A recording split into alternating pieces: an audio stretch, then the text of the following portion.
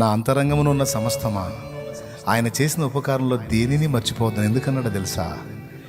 నీ గత జీవితంలో అన్ని కార్యాలను చేసుకుంటూ నిన్ను బ్రతికించుకుంటూ తెచ్చిన నా ప్రభు ఇప్పుడు వదులుతాడా?